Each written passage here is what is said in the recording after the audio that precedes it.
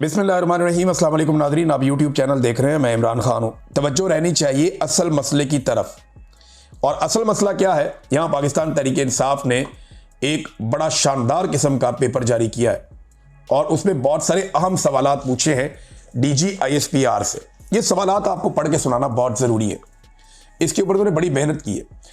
देखिए, इमरान खान की जो दो बड़ी ताकतें हैं ना, जो इमरान खान साहब को देखें, अल्लाह रब्बुल इज़्ज़त की ताकत सबसे बड़ी है। वही रास्ते निकालता है, वही लोगों के दिलों में आपके लिए मोहब्बत डालता है। तो दो चीज़ों ने इमरान खान के लिए बहुत काम किया। एक सोशल मीडिया, दो ओवरसीज पाकिस्तानी। ये दो फैक्टर्स एस्टेब्लिशमेंट को चुपते रहे और इन दो फैक्टर्स ने बड़ी कामयाबी से इमरान खान का दिफा किया। अब जो सोशल मीडिया है उसका इस्तेमाल पाकिस्तान तहरीक इंसाफ से बेहतर किसी ने नहीं किया। ऑफिशियल की मैं बात कर रहा हूं। वो तो सोशल मीडिया में तो हर तरह के लोग आ जाते हैं। अब PTI इतनी बड़ी जमात बन गई है, सारे लोग इमरान खान को सपोर्ट करते हैं, तो हर तरह के लोग वहां पे हैं। किसी की जुबान अच्छी है, किसी की नहीं अच्छी, किसी की सोच अच्छी है, किसी की नहीं अच्छी, लेकिन वो सारे सपोर्ट कर रहे हैं। लेकिन यहां जो पाकिस्तान तहरीक इंसाफ का ऑफिशियल सोशल मीडिया है, उसने बड़ी जिम्मेदारी का हमेशा सबूत दिया। उन्होंने सवाल जो उठाए वो बड़े चुपते हुए सवाल है। ये मीडिया को उठाने चाहिए थे, लेकिन पाकिस्तान तहरीक इंसाफ का सोशल मीडिया उठा रहा है। सवालात सुने आप। कौम की DGISPR से वजाहत की अपील कि जनाब आएँ और वजाहत दें। क्या 7 दहाइयों पर मुश्तमिल मुनज़्ज़म तरीन और काबिल इदारे में एक भी ऐसा अहल और काबिल भरोसा अफसर नहीं है जो मौजूदा फील्ड मार्शल आसिम मुनीर का मुतबादिल हो या उनके नातवां कंधों पर मौजूद बेतहाशा जिम्मेदारियों का बोझ बांट सके? यानी एक भी फौजी नहीं मिला, पूरी फौज के अंदर एक भी जर्नैल नहीं मिला जो आसिम मुनीर साहब का बोझ बांट सके या उनकी जगह ले सके। इतना पुराना तगड़ा इदारा है, तो ये क्या किया आपने? ये सवाल उठाया। फिर इसमें आगे ना डिफरेंट कैटेगरीज हैं। एक उन्होंने कहा 2022 में रिटायरमेंट की उम्र गुजरने के बावजूद उन्हें चीफ के ओहदे पर तकर्री दे दी गई। फिर 3 साल मुद्दत मुलाजमत जब उनकी खात्मा हो गया तो आर्मी एक्ट में तरमीम करके उनको 2030 तक यानी 8 साल तक आर्मी चीफ के ओहदे में तौसीह दे दी गई। फिर 2030 तक आर्मी चीफ के ओहदे समेत चीफ ऑफ डिफेंस फोर्सेज यानी तीनों मुसल्लह अफवाज की सरबराही का इजाफी कलमदान भी दे दिया गया। फिर जौहरी असासों की निगरानी जैसी अहम जिम्मेदारी भी उन्हें दे दी गई, वो ताकत भी उनके पास चली गई। फिर स्ट्रेटेजिक फोर्स कमांड के जनरल की तैनाती की जिम्मेदारी भी उनके पास चली गई। फिर ताहयात फील्ड मार्शल का ओहदा और उसके साथ मुराद वो भी उनके पास चली गई और वर्दी का बोझ भी उन पर डाल दिया।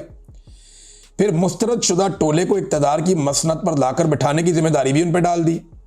फिर अदलिया, मुकन्ना और इंतजामिया की बराह रास्त सरपरस्ती भी उन पर डाल दी। फिर दिफाई समेत सिविलियन इदारों की निगरानी की जिम्मेदारी भी उन पर। SIFC के जरिए बैरूनी सरमायाकारी ला कर डूबती मईशत को बचाने की इजाफी वाशी जिम्मेदारी भी उन पर डाल दी गई।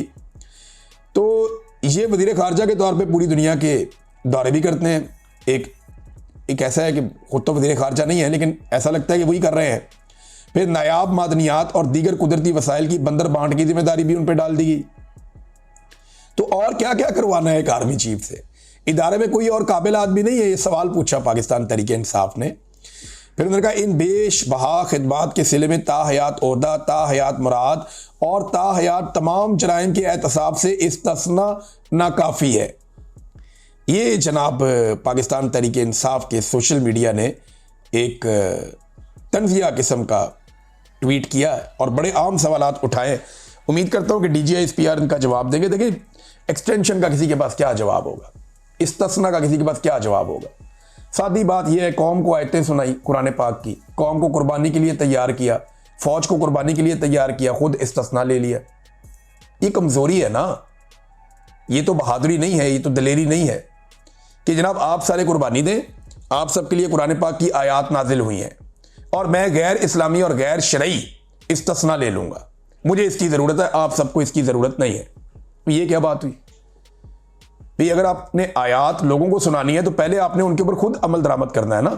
कौम के लिए, फौज के लिए, आम लोगों के लिए, निचले तबके के लिए, सबके लिए कुरान पाक की आयात और अहादीस और अपने लिए इस्तिस्ना, ये नामुनासिब रवैया है। इससे एक बेचैनी पैदा होगी और ये बढ़ती जाएगी बेचैनी। नाज़रीन, सुहेल अफरीदी ने खैबर पख्तूनख्वा में जो उनकी पॉलिसी रहेगी वो बता दी और ये बहुत इंपॉर्टेंट है। इसको ज़रा गौर से सुनिएगा, वो मामला किस तरफ लेकर जा रहे हैं। उन्होंने कहा कि खैबर पख्तूनख्वा में कोई ऐसी कानून साजी नहीं होगी जिससे किसी को इस्तिस्ना हासिल हो। ऐसा दरवाजा नहीं छोड़ा जाएगा कि वो यहां जुल्म करे और इसका एहतसाब ना हो। यह सुहेल अफरीदी ने कहा। यानी सिंपल ये है कि जो एक इदारों को इस्तिस्ना दिया गया था खैबर पख्तूनख्वा में कि आप अपने ऑपरेशंस कर सकते हैं, वो action in aid civil power का एक कानून था, उसके तहत यहां फौज एक्टिविटी करती थी, ऑपरेशंस करती थी। अब वो उन्होंने ऐलान कर दिया खत्म करने का। पहले करारदाद आ गई, फिर कैबिनेट ने खत्म कर दिया। कोई रही सही कसर है, अगर होगी तो असेंबली में बैठेंगे जिस दिन, वहां पे वो खत्म कर देंगे वोटिंग करवा के। तो वो ये क्लियर कर रहे हैं कि यहां हम किसी को इस्तिस्ना देने नहीं जा रहे, जो होगा कानून और आइन के मुताबिक होगा। ऐसे जोर जबरदस्ती से हम यहां पे चीजें नहीं होने देंगे। नाज़रीन, मेरे पास एक और खबर है और किसानों के हवाले से है। देखिए, गंदम अभी किसान लगा रहा है, ये आखिरी वक्त चल रहा है। अभी गंदम का बीज जो है वो हमारी टीमें भी दे रही हैं और तमाम लोगों का बहुत शुक्रिया जिन्होंने मदद की, आम किसानों की जिनकी ज़मीनें डूब गई थी। तो वहाँ पे जितनी हम कोशिश कर सकते थे, हज़ारों एकड़ के ऊपर गंदम लगवाई है अल्हम्दुलिल्लाह। तो वो आपके साथ हम शेयर करते रहते हैं, सारी तफसीलात भी आपको बाद में देंगे। तो नाज़रीन, गंदम की बुवाई के वक्त एकदम डीजल की कीमत बढ़ जाना, इसका मतलब आप समझते हैं। बेशतर जो ज़मींदार है वो डीजल के ज़रिए से अपनी ज़मीनों में हल चलाते हैं, ट्रैक्टर चलाते हैं, फिर वो ट्यूबवेल चलाते हैं। तो एकदम उसकी कीमत में इतना इजाफा कर देना, ये किसानों की कमर तोड़ने की बात है। ये इन्होंने उस वक्त किया जब किसानों को डीजल की ज़रूरत है। गन्ने के किसान के साथ जो जुल्म हो रहा है, क्रशिंग शुरू ही नहीं हो रही। ये जो किसान रहनुमा इन्होंने बताया कि जी हमें पाकिस्तान की तारीख में अगर कभी गन्ने का सही रेट मिला है, बर वक्त रेट मिला है, हमें प्रॉपर पेमेंट हुई है और सही टाइम पे क्रशिंग शुरू की गई है, तो वो इमरान खान का दौर था। उसके अलावा ये कभी नहीं हुआ। शुगर माफिया को नथ अगर डाली है तो इमरान खान ने डाली है। आज माफिया क्रशिंग ही नहीं करना चाहता। इससे किसान का नुकसान क्या होता है ये समझें आप। वो ट्रालियां किराए पे लेते हैं, उनके अंदर गन्ना लोड करते हैं और चले जाते हैं। जो गन्ना होता है ना, ये वजनी होता है। जितने दिन ये पड़ा रहता है इसका वजन कम होता रहता है और इसकी कीमत कम होती रहती है, लेकिन इसके अंदर इसकी जो मिठास है वो मौजूद रहती है। अब जो शुगर मिल मालिकान है वो कोशिश करते हैं कि गन्ना लेट खरीदे। जितने दिन वो गन्ना खड़ा रहेगा, वहां पे ट्रालियों के अंदर पड़ा रहेगा, तब तक वो सूखता रहेगा, उसका वजन कम होता रहेगा और किसान को कम पैसे देने पड़ेंगे। ये वारदात है। तो इसलिए क्रशिंग को लेट करते हैं और हुकूमत इनका कुछ कर ही नहीं पा रही।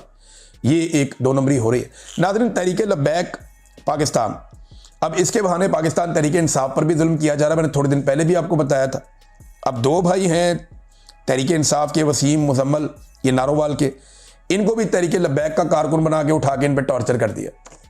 इससे पहले मैं आपको मुख्तलिफ वाक़यात बताता रहा हूँ। मैंने आपको ये भी बताया कि जहाँ पे ज़िमनी इंतखाबात हो रहे हैं, तहरीक इंसाफ ने तो पंजाब में उम्मीदवार नहीं दिए। उन्होंने कहा जी खुद ही आप कर लें जो करना है, आपने धांधली करनी है इस इलेक्शन कमीशन के साथ, हम यहाँ पे क्या इलेक्शन लड़ेंगे।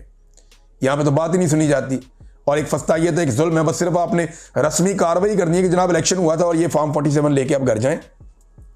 तो ये दो नंबरी होनी है पंजाब में। लिहाजा वो तो इससे बाहर निकल गए, लेकिन जो लोग फिर भी मैदान में आए उनका भी मुकाबला नून लीग नहीं कर पा रही, पीपल्स पार्टी नहीं कर पा रही। अब तक के लिए इतना ही। अपना ख्याल रखिएगा, अपने इस चैनल का भी। अल्लाह हाफ़िज़।